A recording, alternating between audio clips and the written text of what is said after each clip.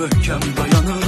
Vətənimiz bölünməzdi, Rəbbim qoru əskərləri, yaddaşlardan silinməzdi, unutmadıq şəhidləri. Türkiyə vuran ürəkdir, qardaşdır bizə dəstəkdir. Xainlərin ilan kimi başını əzmək gərəkdir.